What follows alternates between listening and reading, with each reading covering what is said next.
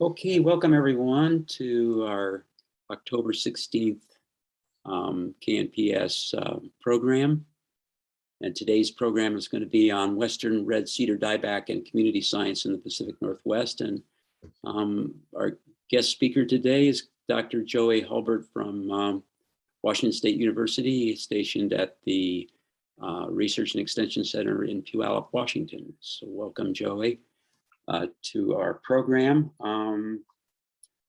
Let's see, if you're not a member, most of us are, but if you're not a member of KNPS, please join. I'll add that information into the chat coming up here. And not very expensive, supports our programs.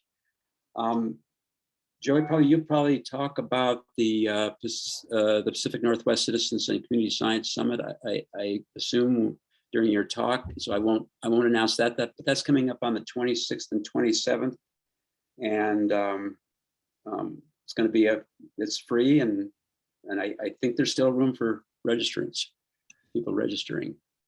Yeah, you can register through Friday, and then that'll give us 1 week to get make sure we have everyone's correct contact details and things like that, prepping for the final event on the 26th and 27th. So great, that would be good. That would be great. And we have actually George Gehring and I have a presentation or some sort of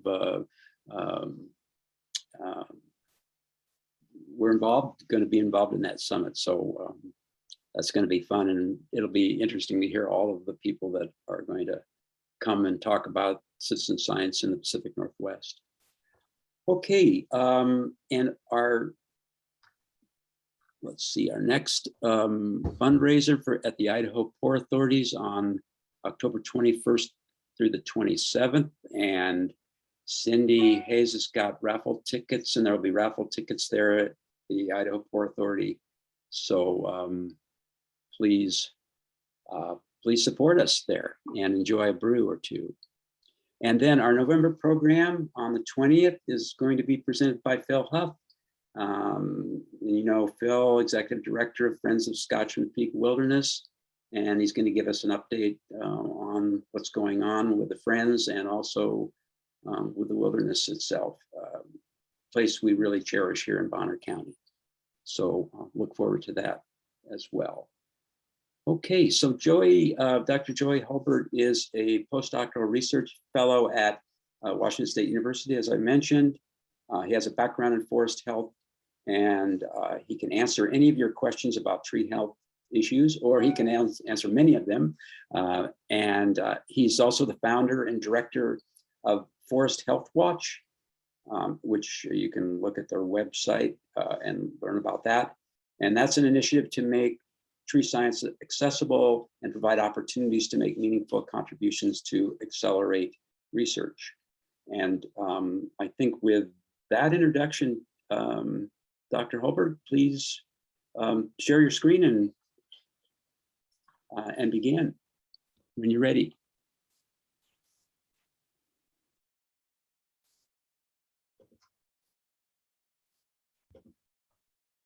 okay, yeah.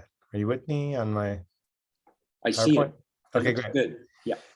Yes, it's really lovely to be here. Thanks so much for the opportunity, Preston, and thanks everyone for joining us on a Saturday morning. I do wish that we could be together in person. Maybe at a future event we can make that work.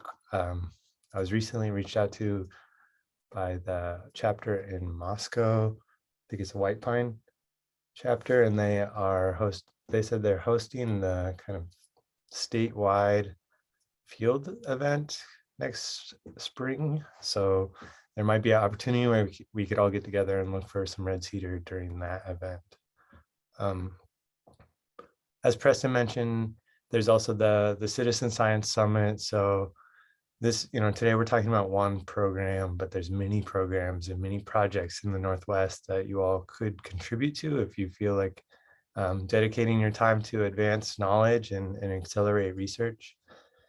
Preston also mentioned I'm currently the director of the Forest Health Watch. It's kind of a moving target. Right now, we're really focused on Western Red Cedar, but we'd love to hear your perspectives, especially your perspectives on what other forest health issues are affecting, say, white pine or whiteback pine, and how we can make a community science or a citizen science project around that together. There was some earlier discussion about white pine and white bark pine, which was really great. And those are the just examples of the perspectives we really love to hear. And so I really encourage you to engage with me if there's an issue that you think needs more research, or an issue that you feel strongly about and would be willing to dedicate time towards testing a specific hypothesis or something like that. Preston, I did want to just quickly ask you how long, I forget, are we together for an hour or more than an hour? An hour's fine. Okay. For that, yeah. Yeah, so I'm gonna try and cover some things. I'm first just gonna introduce myself, and then we can talk about Red Cedar, and then I'll broadly introduce a little more about how you can engage with the Forest Health Watch, and then kind of showcase how people are involved as community scientists in the Forest Health Watch, particularly how they're accelerating research about the Red Cedar, in hopes that maybe yourselves would be interested in getting involved in the same way, which we would most certainly welcome. And I'm here if you have questions and things like that. And then at the end, we'll just talk about how that information that community scientists are collecting and sharing is going to help achieve research goals that will hopefully help us to ensure that Red Cedar remains on the landscape for future generations. And so I'll go through how that's specifically helpful. So before I begin, I want to acknowledge that I'm coming to you today from Tacoma and the traditional homelands of the Puyallup tribe of Indians. There's this pretty incredible tool called nativeland.ca where you can go and explore and see what traditional homelands or which territories you're occupying or visiting. So I encourage you to check out this tool. But I just feel really, really privileged to be working and learning in this beautiful area, which was kind of the traditional territories of many Coast Salish peoples in this Puget Sound region. And so I just want to acknowledge that I'm really privileged to get to explore and learn and study and have fun in this beautiful traditional lands. So real brief, I do want to say that I've kind of made a full circle back to the Cougs. I studied forestry at Pullman, which most of our field work and experiences out in the forest were actually in Idaho, which was really great. So I definitely have an appreciation for the region and where you all live and explore. After that, I went to Oregon State, and I completed a master's where I studied a tree disease called sudden oak death. And so that gave me some background into forest health. And I actually went to South Africa after that and studied the same group of microorganisms that cause this disease, but in their biodiversity hotspot called the Cape Floristic region by Cape Town. And so we are looking at plant disease in that biodiversity hotspot, which is pretty exciting. I fortunately made it back to the US in February 2020, just before everything started to lock down. And since then, I've been working in researching at the Research and Extension Center for WSU in Puyallup. There, I am supported by the USDA through a fellowship for my postdoc. And so I've been really lucky to have support from the USDA to start this Forest Health Watch program. And now we're trying to find ways to extend it and ensure that it continues. We also received some support from WSU through the McIntyre Stennis funding that they receive. So again, I'm coming to you today from Tacoma, but WSU has a research and extension center in the South Sound region. It's there in Puyallup, and we're again just super privileged to have this incredible place to do work. I'm part of a program called the Ornamental Plant Pathology. So we do a lot of stuff related to plant health. There's a lot of support for Christmas trees, and my mentor is really the Christmas tree disease expert in the Northwest. But here we also work with the organisms that cause diseases like sudden oak death, as you see here, and we try and work with ornamental plant nurseries to ensure that these diseases aren't having an impact on them, but also that they're not spreading these kind of diseases into our native environments. We also have some really cool research about Madrone. I know Madrone doesn't really grow in the inland Northwest, but it's a really iconic tree species to the Puget Sound.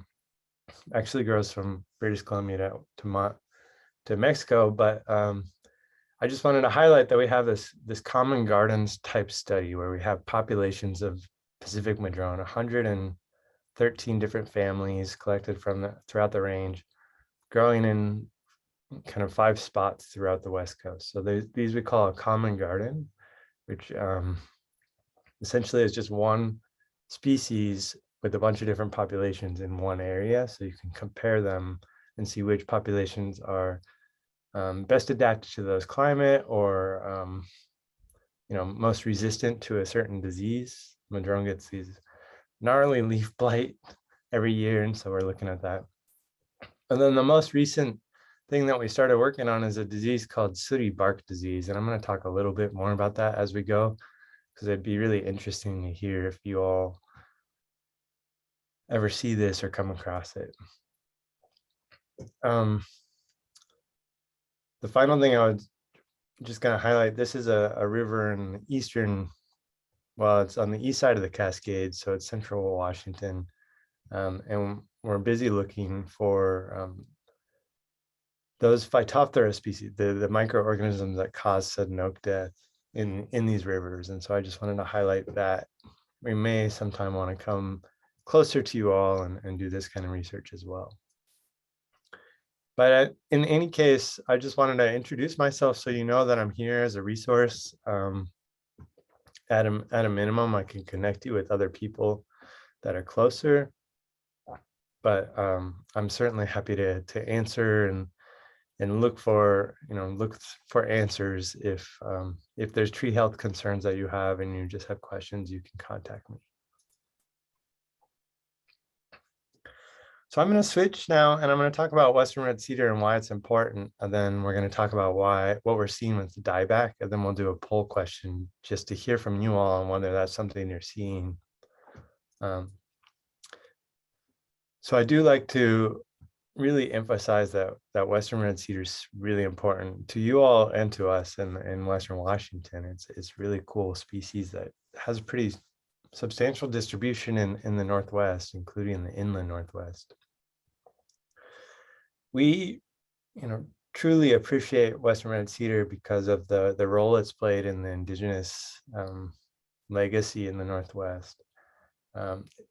We've heard it be called the generous species, or Western Red Cedar is a really generous species because of all the gifts that it's provided to indigenous peoples in the Northwest. For example, Western Red Cedar is used for transportation and shelter and other things like textiles, and so basket weaving is still very important traditional practice that occurs today with bark of the Western Red Cedar. Western Red Cedar has also been called the tree of life by a bunch of different sources. Again, just illustrating how generous this species is in terms of the products and properties and services that it provides to peoples in the Northwest. And in some cases, it's referred to as the tree of life because you're using its products, or you're benefiting from this tree from the time that you're born to the time that you die. And so a little bit of traditional knowledge that was shared with me when I was given this cedar bundle is that if you dry a cedar bundle and you clip little pieces of it and drop it into boiling water, and that steam is actually good for treating respiratory issues or relieving respiratory symptoms. So that was a pretty neat piece of kind of medicinal use of red cedar that I never knew about. But I was cautioned that if you're going to do this, you should speak to a traditional healer about the amounts and quantities to use, because it's pretty powerful species. But in addition to the cultural importance of red cedar, it's also been a phenomenal part of our industrial heritage in the Northwest. And so I assume Sandpoint was a mill town at one point, probably, like a lot of these towns in the inland Northwest and the coast of Washington and the Puget Sound. For example, in Tacoma, our waterfront used to have 9 separate mills. Now it has, it still has a number of mills in the region, but Tacoma was really built on forestry, and red cedar was an integral component of that. And so this is a Ballard Lumber Company in Seattle, just showing all these cedar planks. Cedar shingles was another kind of really important product that we used red cedar for early on. So you would cover the roofs of your house with cedar shingles. But we really, we value red cedar because it's been recognized as this really durable species that doesn't decay and is pretty resistant to rot relative to any other tree species. And so it's certainly the species we use for our fences and our decks and our raised garden beds or whatever wood products you're using that are exposed to the elements. So the endearing wood of the ages. Yeah, it's pretty incredible. Red cedar, they also live more than 1,000 years, and even when they fall onto the landscape, it still takes hundreds of years for them to decay. So they're pretty incredible in terms of the structure they provide.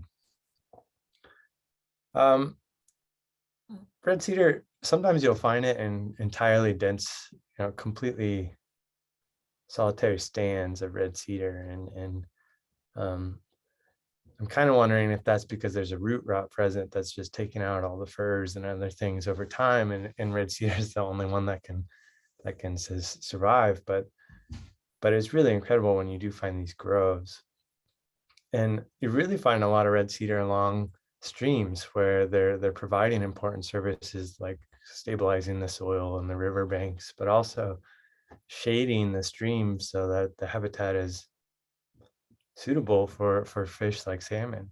So it's really important tree for those reasons.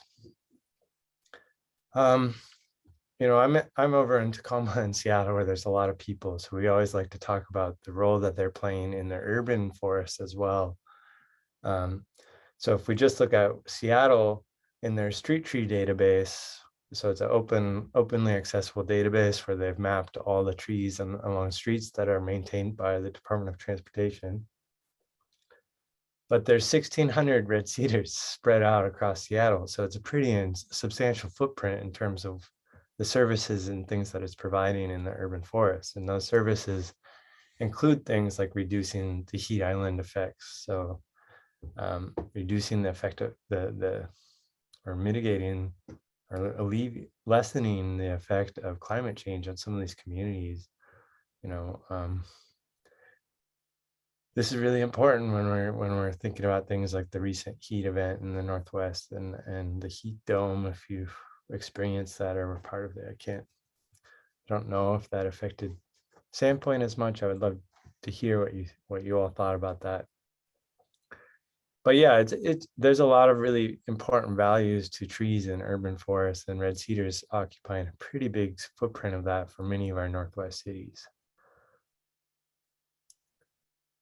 So this is an example of the distribution and really the footprint of red cedar on our landscape. We know it goes from Alaska all the way down to California, but it goes as far east or as far east as western Montana, and clearly that northern Idaho area is a big part of the distribution of red cedar. And actually, some of the densest stands of red cedar, or some of the areas where you find the most basal area of red cedar, is actually in this northern Idaho area.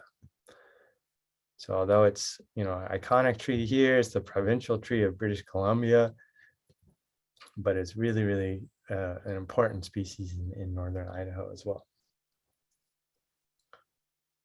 So just to summarize, Western red cedar is really important because of the role it's played in the cultural legacy of the region, as well as the industrial heritage of cities like Sandpoint and Seattle and Tacoma, but also because of the ecological services that it's providing in both urban and natural areas.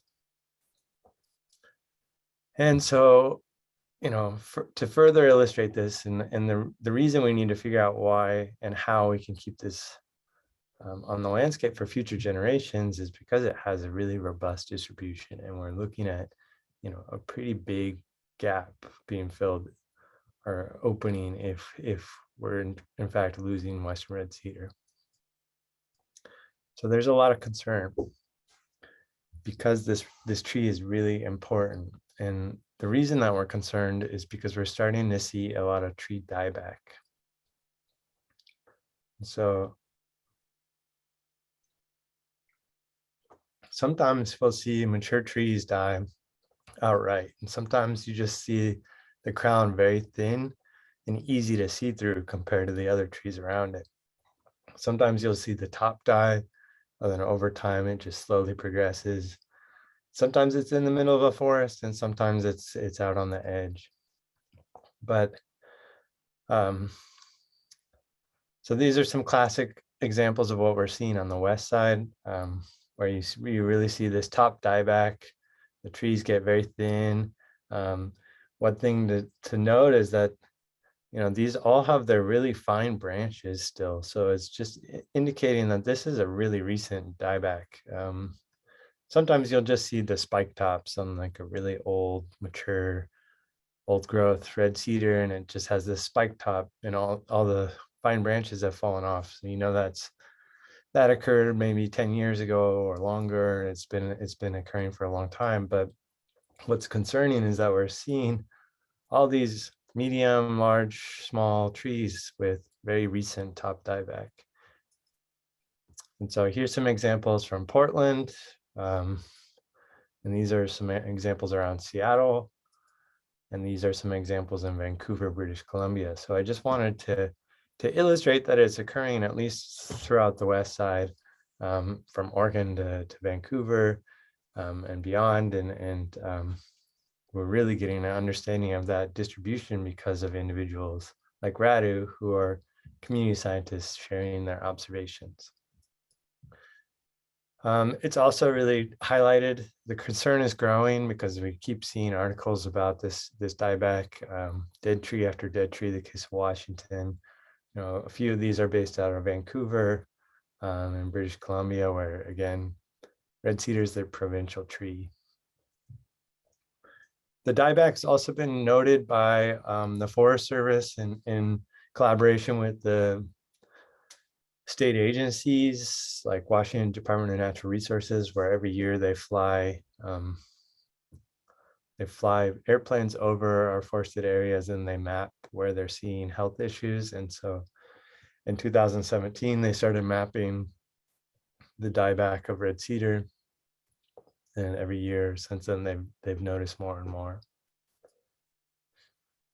Generally, the consensus is that this is driven by longer and hotter droughts in the region, and that makes pretty good sense on a simple term, because we know red cedar is a water-loving species. But it's more complex than that, because you would expect it to be worse in, say, somewhere like Oregon, where it's in fact warmer than, say, British Columbia or Alaska. But it is occurring throughout the range, and so there's a few things like that are still making us scratch our heads a little and use caution before we say that climate change is killing red cedar. And in addition to that, there's this sense of urgency. So there's growing concern.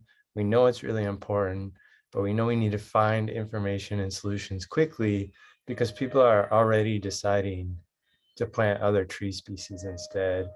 And urban cities and other foresters and small forest landowners are always asking, what should I plant instead? Or in some cases, people are already saying, I'm doubting their success and I've chosen other trees to plant on our property. So if we want to keep Western red cedar on our landscapes for future generations, because it's got this really important cultural relevance, and also, it provides products that are distinct that we use every day in our homes. We need to find other solutions and explore other issues. Sorry, was the vacuum?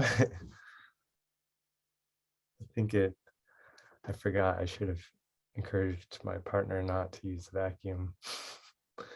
Hopefully it wasn't too bad and you could hear me okay. So I think at this point, it's good to launch a poll question and just ask you if you've seen, I can go back to this, have you seen anything like this, or have you seen anything else that's also indicative of tree health issues? So I think I can launch this.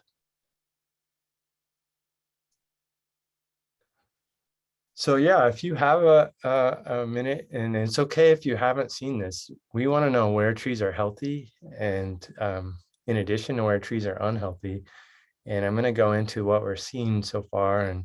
And to be honest, our understanding of what the condition of red cedar in northern Idaho is very, very poor, because we haven't been able to engage with that many communities. So your perspectives are super important, and we'd love to work with you, especially because it's an enormous gap in our knowledge of what's going on with Western red cedar. But let's see, I think there's just, give it another minute. There's 4 folks who haven't participated, but I guess if you're on a telephone, you might not be able to.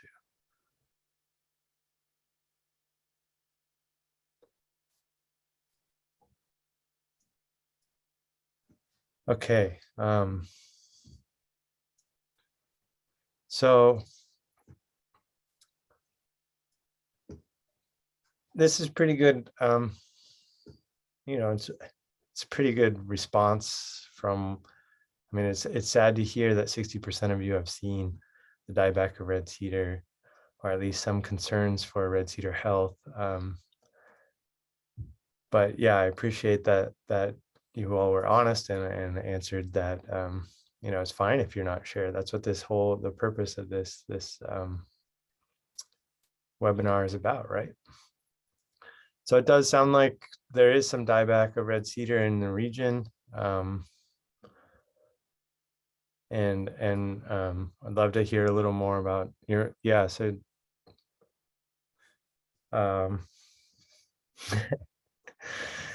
please elaborate in the chat if you'd like. I see Patty's made a comment that around Spirit Lake is some of her trees that they've planted.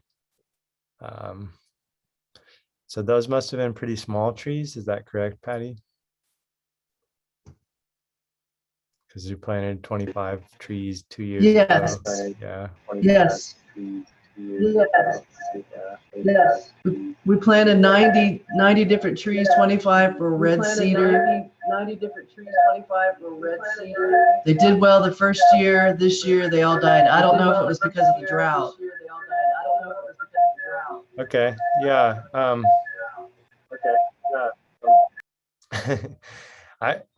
Yeah, it will be interesting to know more. If you want to follow up with me, maybe we can brainstorm some other possible causes, but that does sound pretty terrible.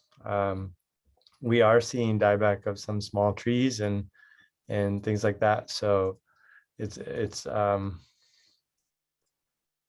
possible. Red cedar is also known to be a tree where they have trouble with establishment, and it's usually when you restore a landscape and you plant red cedar versus Doug fir or some of the others, it's usually the one that has the most mortality after restoration. So it's kind of a finicky species early on. So there's a lot of other factors that might have contributed or explained that, but yeah, that would be sad if it's relevant to the drought and climate. And so I'd be happy to chat more about that. But thanks for sharing. I encourage you, anyone else, yeah, if there's specific areas that you've noted they're really bad, please share it in the chat, and please feel free to ask questions. I'll try and incorporate them as we go, but I can talk a lot, so I should just try and move through this, so then we can have more of a discussion. So I'm going to shift and just spend a couple minutes talking about Forest Health Watch. So now we've talked about red cedar, the importance of red cedar, the concerns we're seeing, and the need for research quickly because of the decisions that are already being made. And so now I'll talk about how people can get involved and help share that and accelerate that information. But first, I'll introduce this overall program, Forest Health Watch, and then we'll talk about how community scientists are contributing to the red cedar dieback issue. So as Preston mentioned, please visit our website, foresthealth.org, for a little bit more info in here. There's a lot of ways you can engage with us. I'll highlight that I have these office hours every month where we're just dedicated time towards answering questions and things like that. Not very well attended, so there's lots of opportunity to come and pick my brain about anything. We have office hours, questions and answers about tree health, and then we have office hours for how to use iNaturalist and things like that. We also do monthly research updates, so that would look a lot different than this, where we actually just look at the information that's being shared by community scientists, and we talk about some of the patterns and some of the things, and we really discuss how it can be improved. And then I try and be really transparent about how that information is going to be used and how we're going to analyze it. So I encourage you to if you're interested in staying in touch, we do a research update every month. So we're really focused on Western red cedar, and this slide is really old, but we've got like 1,200, almost 1,200 observations of red cedar. But I just wanted to highlight that we did start some other projects, so that if you see a dying big leaf maple or Douglas fir, we can map it as well, then try and do the same kind of approach to understand where trees are healthy and where they're unhealthy. So we're really focused on Western red cedar dieback, but we also hear a lot about Western hemlock dieback, and so I would love to hear your perspectives on that. Is this a concern? What are you seeing? Sometimes it's like a top dieback, and sometimes we'll see the lower foliage die. And so it does kind of seem like a little bit different story than the red cedar. Grand fir dieback's probably relevant to you all. You might see a lot of fir engraver and other firs dying in the region. And we gave a presentation to Montana, and they said that there's kind of a big spike in fir dieback and probably related to the fir engraver or some beetle. But we're very interested in big leaf maple dieback, and there was just this past week or 2 weeks ago, there was a study out of UW, that University of Washington, that linked this dieback to hotter and longer droughts.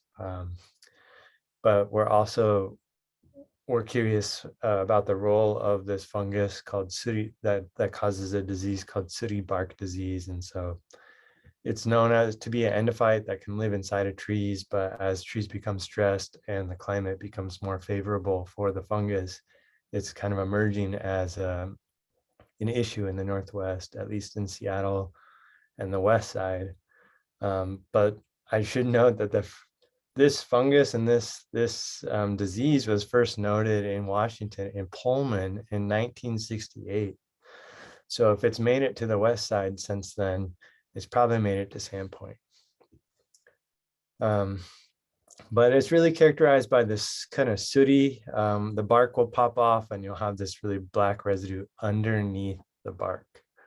Just want to be clear. Sometimes it kind of looks like this patchy, the the fungal spores turn this gray after they've kind of been released. And depending on what tree you're looking at, the symptoms look a little different.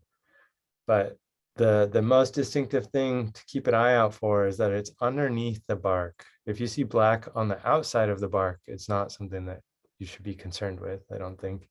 But if you see the bark is popping off and there's this black kind of paste underneath, then we would love to know, because we're trying to understand the extent and what trees are affected. We're also seeing some dieback of red alder on the west side. It's another water-loving species, so it might just be a stream permanence or water permanence issue where streams are drying out faster and the trees are going longer without.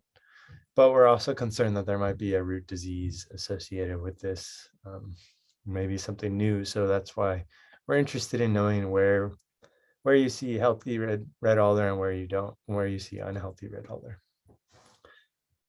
I do want to highlight that through the Forest Health Watch, we also do training events. They're really just presentations and discussions online, but we have one on Monday about biosurveillance. So this is really where we focus on invasive insects and diseases that are affecting our forests and things to watch out for.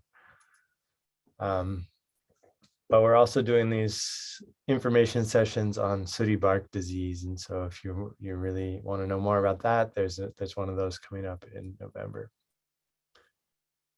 I'm going to skip past the next two slides. We have a specific hypothesis that we're testing in relation to these heat maps that the county of King County in Washington produced. So they mapped the surface temperature, and we're interested in testing a specific hypothesis that red cedars are less healthy in areas with hotter temperatures. And so we've specifically picked trees and asked people to go to these specific trees at different heat levels in order to test that hypothesis with a community science approach. So I just wanted to highlight that as an example. We could do something like that around your communities. If you wanted to work together and think of a hypothesis, we can launch something like that with you all too. And then we have target areas to go and visit. For example, it'd be fun to test whether red cedar are less healthy on seasonal streams compared to permanent streams, and really test that hypothesis that it's stream permanence is kind of the issue, where if streams dry out sooner, those trees are more vulnerable. So we could talk about that more, but for the sake of time, I'm going to just keep going. So this next bit, I'm just talking about how community scientists are getting involved. And so we use a project on iNaturalist. In this project, we worked with some folks from the state agencies and the Forest Service who have they picked up on this before us, and they developed a project on Survey 123. So if you have access to ArcMap online, they have kind of a more robust tool, but they designed it for people within their agency to use. And then we worked with them to extend that effort to the broader public through iNaturalist, and we're collecting it in a little bit different way, but we essentially worked with them to team up and try and collect faster and broader information about red cedar. And so we chose iNaturalist because there's already almost 4 million people using this tool, and it's completely open, which is cool. So the information that you share will go to our project if you're interested in contributing, but also, that will feed into all the observations that are being shared in Bonner County. Other researchers that are interested in those observations in the future will have access to that information. So you're not just putting data into a black box, you're putting it there for anyone to use. I should also say that you can choose to disclose the location and you can blur the location if you're concerned about sharing observations within your property. And you can choose to trust our project so that we can get the exact coordinates, but the public can't. Those are just some examples in case you were had that reservation. But another neat thing about iNaturalist is it's once you've made one project, it's really easy to make another project that complements it. So that's how we're able to make projects for bigleaf maple and western hemlock and things like that. I don't know why this is okay. So generally how it works is you can take a picture of any organism and you share it online, and that community helps you identify what you saw. They confirm or deny that you identified it correctly. So it's a good way to learn new, if you want to, it's a great way to like figure out what something is if you don't know already, but it's also a neat way to document those rare species that you might be interested in kind of documenting. In some cases, if you find something that's really rare or threatened, Washington Department of Natural Resources has followed up with people. Washington Fish and Wildlife responded recently to someone who shared a salamander on the Olympics that they thought was extinct, and then, or maybe not extinct, but they had very limited distribution. So then they worked with that individual to go and do more robust monitoring in that area. So I'm gonna, let's see, before I go on, there's one more poll question. Just have you used iNaturalist? So if you all would be willing to engage with us one more time, we'd love to know if you've ever used iNaturalist. I should note that you don't have to use it on your phone. You can just take a picture and then later add it on your computer.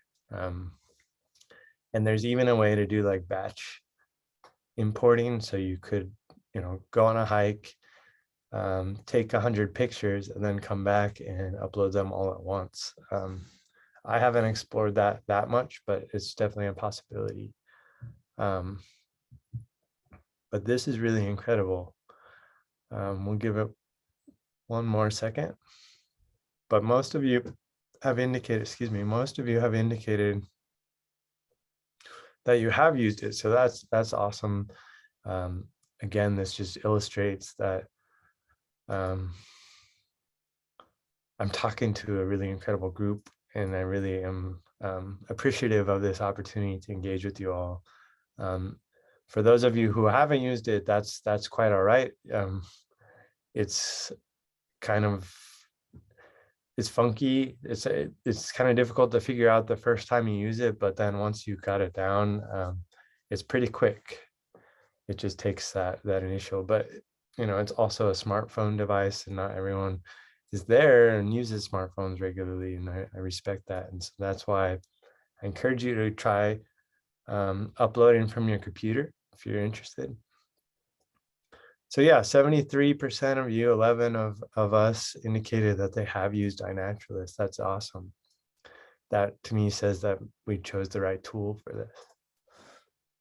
So we use it a little bit differently.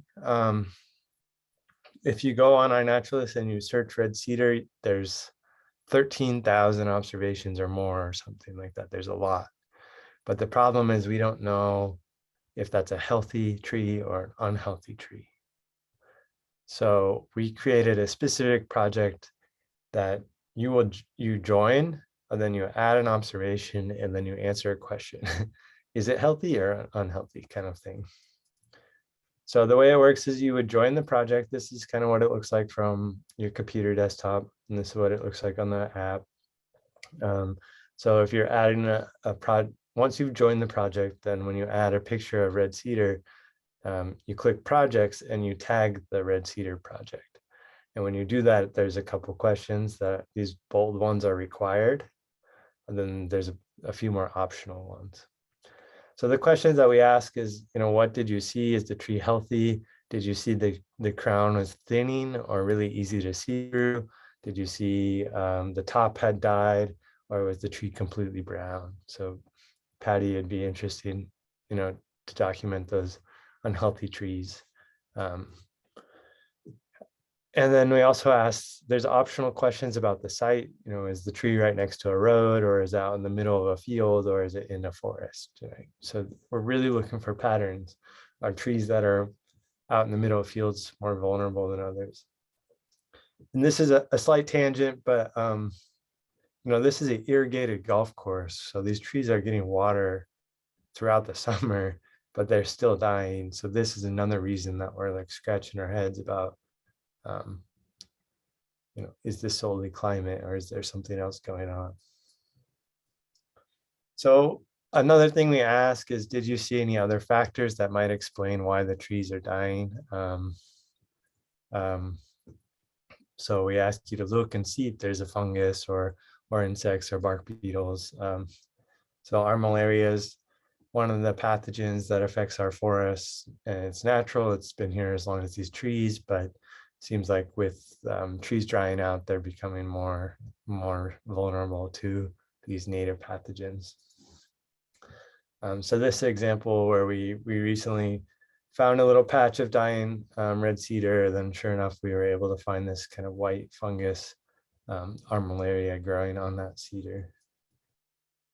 Other times you might see beetle frass or beetle holes. This is like sawdust that is a beetle excrement. Other times you might see these beetle galleries, and these are pretty cool. Based on the pattern of the gallery, you can identify what insect it is. They each kind of have their own patterns. It's pretty neat. So yeah, bark beetles, there's a cedar bark beetle. It doesn't seem like it's driving this, but there might be some association. And so it's important to document where we're seeing it or not. Sorry, I haven't quite got through the chat. I'm just pushing through this for a few more minutes, and then we can have a good discussion if there's time. So we do have 2 dashboards on our website, and I'm just gonna see if this will, did you switch with me to my browser? Yes, we did. Okay, great. Thank you, Preston. So this updates every day on its own. You can go foresthealth.org/analyses to get there. But you can see kind of who's contributing, how many observations have been shared. We're hoping to get to 2,020 observations by the end of the year. We'll see if we get there. But you can see that our coverage in northern Idaho is very, very limited. And so right now our understanding of the health of trees in this region is very poor. I don't quite know, is red cedar in having health issues like we're seeing on the west side, or is it very limited? So you can see that we really, really need community scientists like yourselves to help us understand what's going on with red cedar in that region. Down below is another dashboard where you can look at the actual health categories. And so of the ones that are shared out here, most of them are healthy, which is great. But occasionally some have this thinning canopy, and I guess some are completely dying, or they have browning canopy. So that's kind of what we're seeing be shared out of Idaho at this time. A lot of these are from Moscow area. But yeah, not a single observation from around here. But you can see that this information is really giving us a nice kind of understanding of what's going on, at least in Western Washington. And you're welcome to go and explore this. It updates every day on its own. So this is really a really cool dashboard that was a volunteer helped us create from the iNaturalist data.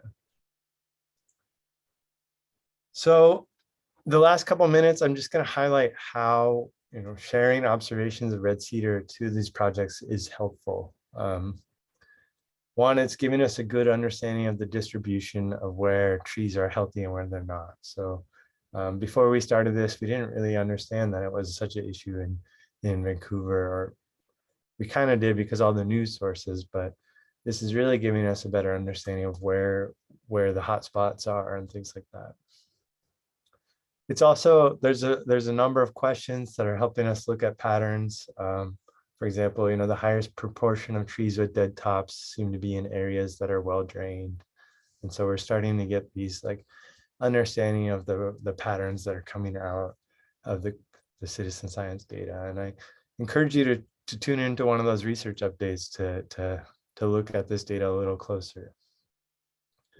So it's also helping us identify the most important environmental parameters. So we have that consensus. There's general understanding that this is linked to longer and hotter droughts. I think longer and hotter droughts are going to affect every tree in the region, but red cedar seems to be the first to literally feel the heat of climate change, if you will. But we need to really empirically test that and link it more closely with this. So the way that we're going to approach the iNaturalist data is we're going to do some modeling, say we can do a binary regression where we have tree is healthy or tree is unhealthy, a 1 or a 0, if you will. And then we can pull in some predictors and see which predictors are the best at predicting whether that tree is healthy or not. So we can look at environmental predictors, and we can look at topographic, like where on the landscape they are, and we can also look at soils. And what's cool is just from a GPS point and knowing if that tree is healthy or unhealthy, we can then take that GPS point and download all these other data. So I'm going to go into the environmental predictors a little bit more, and we can talk about this. So there's a really cool tool called the Seedlot selection tool. And the way this works is, as you say, I want to plant a red cedar on the tip of the Olympics. And it says, okay, great. What climate do you want that red cedar to be best suited for? And so you can actually say, I want this to be the best suited for the climate that's projected for this area between 2041 and 2070. So I want to plant a red cedar there that's going to do well in 20 years from now. And so it says, okay, great, cool. You're talking about red cedar. And now, what environmental parameter, what climate variable do you want to base that decision on? And so here you have this selection where at this point we have to guess, kind of. I mean, some of you might have an indication that one of these is going to be a better predictor than others, but what we really need is to test and see which one of these is the most important to make this decision on. So that's what we're doing. So for example, you can say, I want to pick the best seed source for this site based on annual temperature, mean annual temperature. So it says, okay, great. Based on mean annual temperature values that are projected for this site, we recommend getting red cedar from this Willamette Valley area where it's dark red.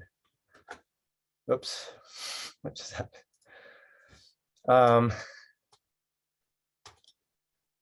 So this is where we were, sorry. So this is based on mean annual temperature. It says Willamette Valley.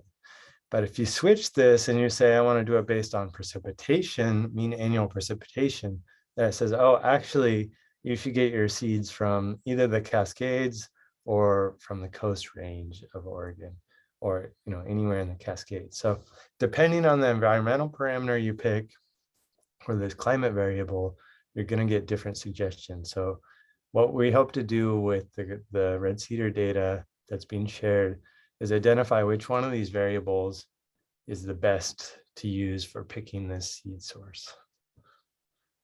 So we can do that because there's some incredible tools out there, like this Climate NA tool made by a professor at UBC, where it downscales all these climate projections. So you just put in a GPS point and it tells you kind of the projected or the historical climate data for that point. So with all of this information, we can start to look at things like, is there differences in heat, summer heat moisture for trees that are healthy versus trees that are dead? And so this is where we are now. We're just starting to explore this, but it's really cool to see how this community science data can be and will be really useful for keeping red cedar healthy and ensuring that we're planting it. And the final thing is, once we know where trees are vulnerable and once we know where which parameters or which predictors are the best for determining if that tree is going to be healthy or not, then we can start to screen other populations. So we can look and see, are trees from Montana or northern Idaho better suited in this location than, say, trees from Oregon or California? We need to start doing those comparisons before we really give up on red cedar and plant other species. So together is really the best way, the best approach to try and find these solutions. We need to work together and accelerate the breadth and the depth of what we're seeing and where we're looking. And so this sense of urgency is really the merit behind the community science, is that the more people involved, the faster we can find these solutions.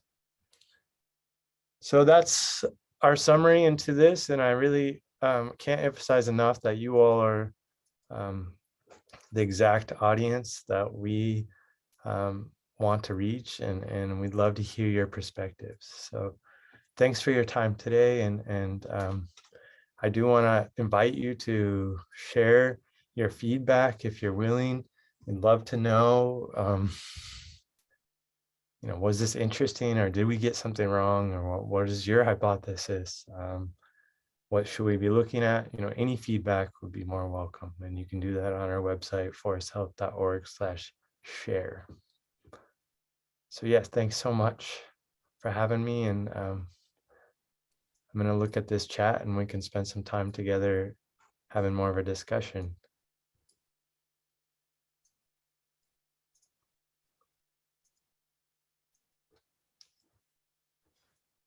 Yeah, thanks for the kind words that some of you are sharing with me. So it sounds like Spirit Lake and Priest Lake, maybe there's some red cedar dying in those regions. The policy of the Forest Service to plant several species rather than cedar.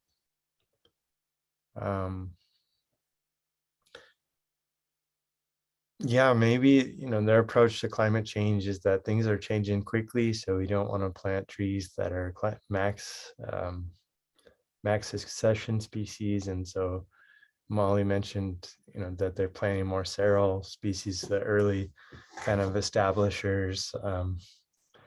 Maybe they're hoping that red cedar will just come in naturally under those seral species, certainly for responding to a fire or trying to restore an area that's been degraded. You probably want something that will establish quickly, and so red cedar might not be the best for that. But is there any pattern in the landscape with the dieback? So we are just kind of at this point where there's enough observations that have been shared that we can really start to look at that data and start these analyses. And so we're going to look at some topographic things. From a GPS point, you can collect information about the slope and the aspect, like the direction the slope is facing. And you can also use that to calculate things like heat load index. And so we'll look and see if there's certain aspects where trees are worse, if there's, is elevation an important factor? We'll definitely start to look for those landscape patterns now. And I encourage you, if you're interested in staying in updates, Preston, staying updated, then come to the research updates. But yeah, stay tuned. We'll have a more rigorous analysis of that starting soon.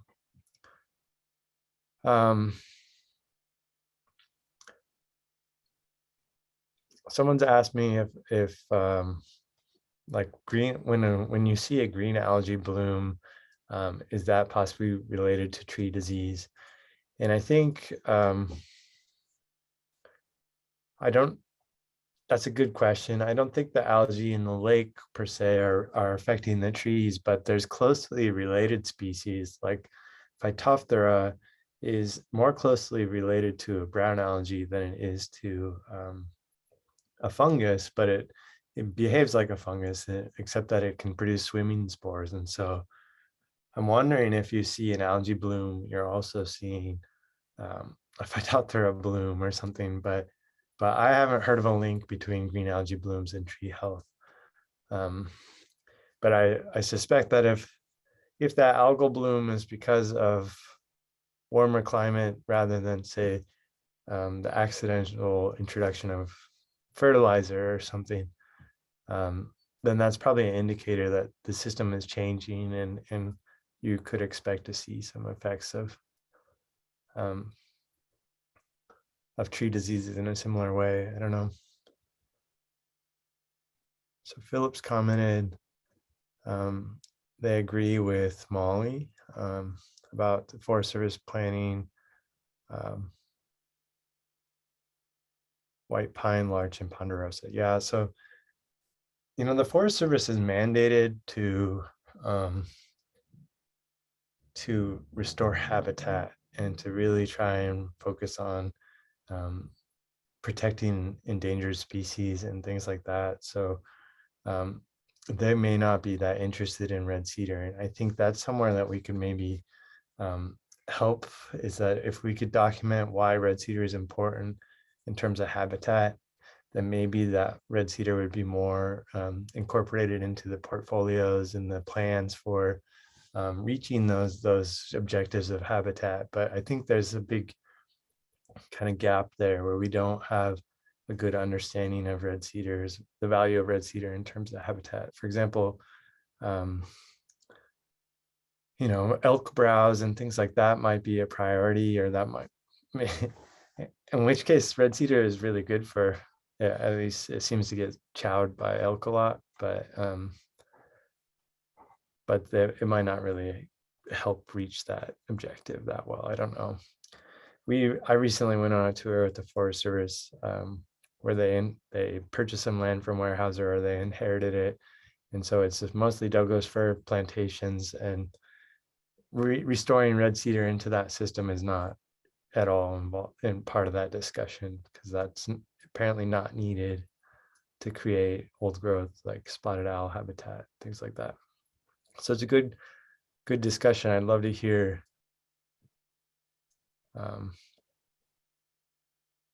your suggestions on how to do that, or I see Paul's noted that there's an exception in Bottom Canyon where they're planting red cedar.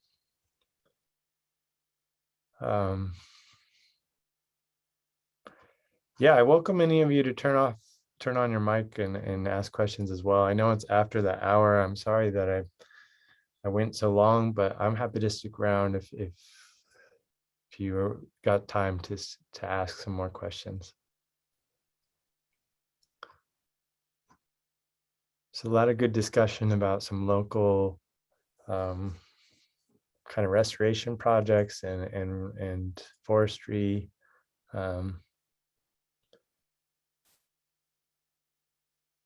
I would love to hear more about that. Yeah. Hi, Preston. Feel free to interrupt. Yeah. Or let me know how you'd like to move forward. I'm kind of curious about why there's so few observations of Western red cedar in North Idaho. And you probably can't answer that question, but maybe those of us who live here would have some idea about that. So I do think there's a lot of observations on iNaturalist. They're just not with our specific project. And I think this is a example of what I need to do more. And I would love to reach more communities in Idaho like yourselves. And so this is, maybe I've just been really slow to connect with folks like yourselves. And that's why we haven't seen much engagement around Idaho yet. So yeah, I would welcome other opportunities. If there's other community groups in the area that you think would be interested in this, please connect us so we can meet more individuals like yourselves. Yeah. Yes, it could be that just people don't know how to link to a project and then upload their observations to that project. Yeah, I think it's an awareness thing. like, no, there's not many people in Idaho that are aware of the Red Cedar project. But it could also be that there's just not that many iNaturalist users. We can look at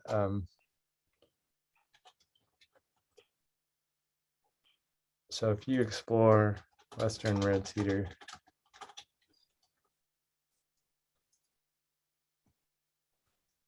you'll see there's a lot of observations. There's 13,000. You can go to this map.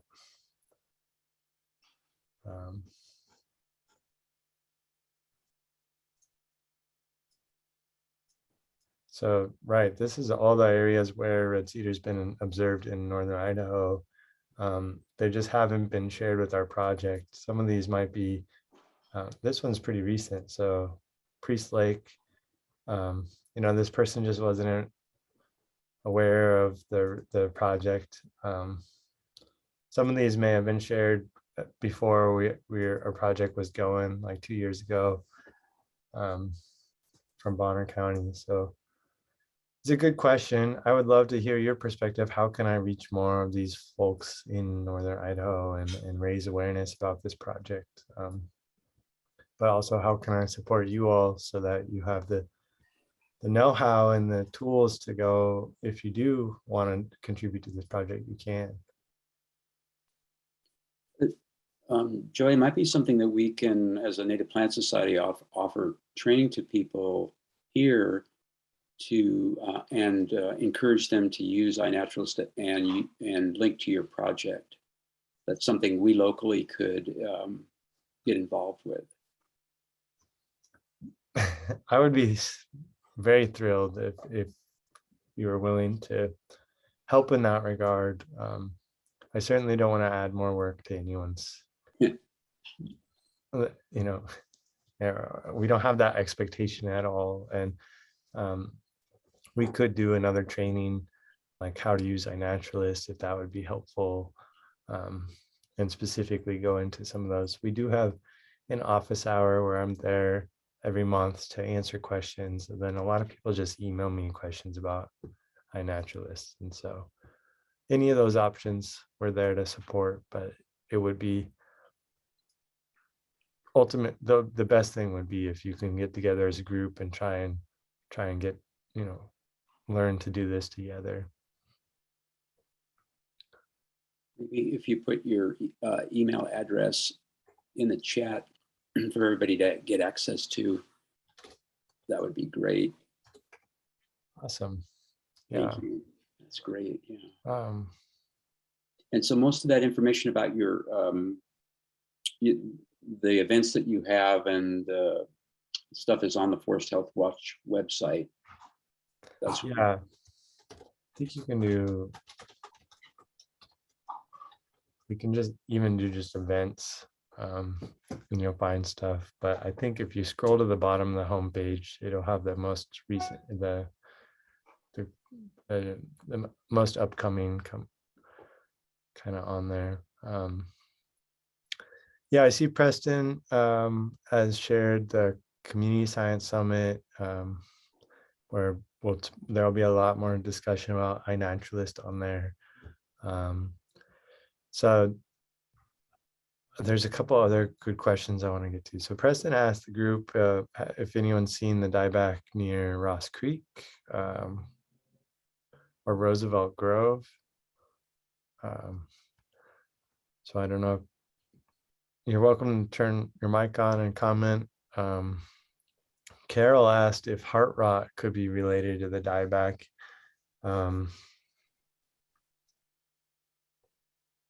That's such a good question. We haven't really looked at that. There's a group out of Pullman that did core some trees this summer. So they might be able to answer that a little better, like which trees. Some of the difficulty with red cedar is it's really hard to age because they do have that heart rot often. So you can't core all the way to the center and count the rings all the time. So I love that question. It's something we haven't looked at. It'd be interested to know, if you're going to cut your red cedar because it's in bad shape, did it have heart rot or not?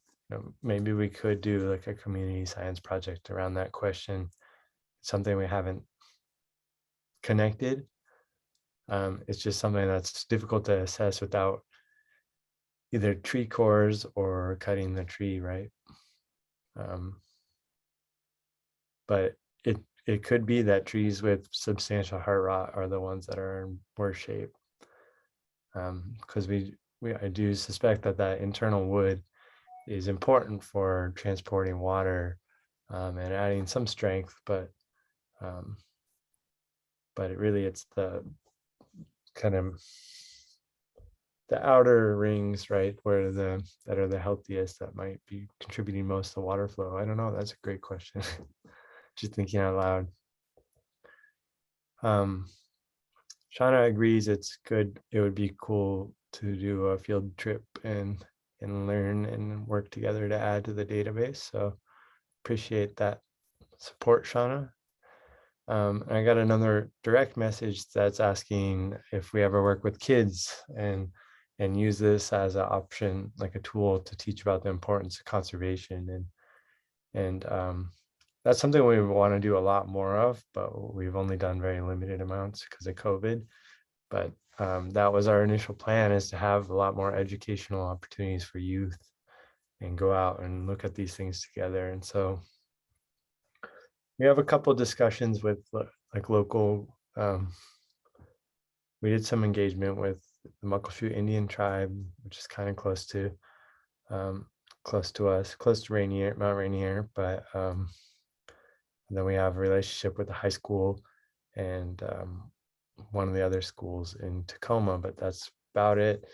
We did want to come out to the Kalispell at one point. They have really cool kind of education center, that I think is new. I think it's called Deer Creek, but so it's close to you all, but definitely not local. But I would be interested if you wanted to set something like that up. We could certainly do it virtually, but it might be possible to make a weekend trip out and do an educational hike like that. Joey, do you see any seasonal aspects to the dieback? These are evergreen, so I mean, it could happen any time of year, I suppose. But yeah, so that's such a good question. So right now, there's a lot of folks are we have to constantly correct folks who see this for the first time and assume it's the tree's unhealthy. But you're right, this is the seasonal kind of flush of the older foliage that we see on red cedar at this time of year. But this is healthy, although 3 or 4 people have said that it's much worse this year than they've seen before. But right now we didn't have a good way to quantify that beforehand, but that'd be an interesting question. But if you see kind of the older needles dying, don't be alarmed. It happens every season.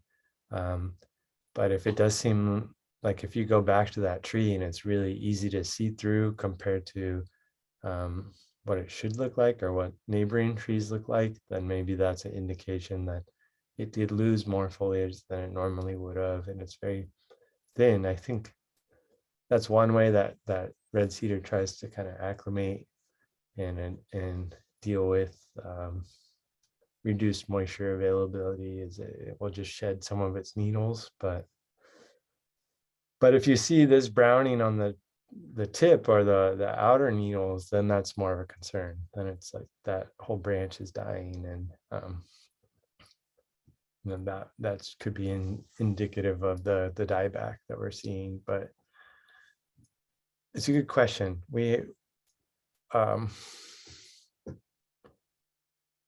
It seems like, I mean, if the consensus that it's related to longer and hotter droughts, then it seems like you would kind of see a spike at the end of summer, or this time of year. We're not really seeing that on like the number of observations that are shared or anything, but that's a really good question. I think go ahead. Go ahead. I think we're people are starting to drift off,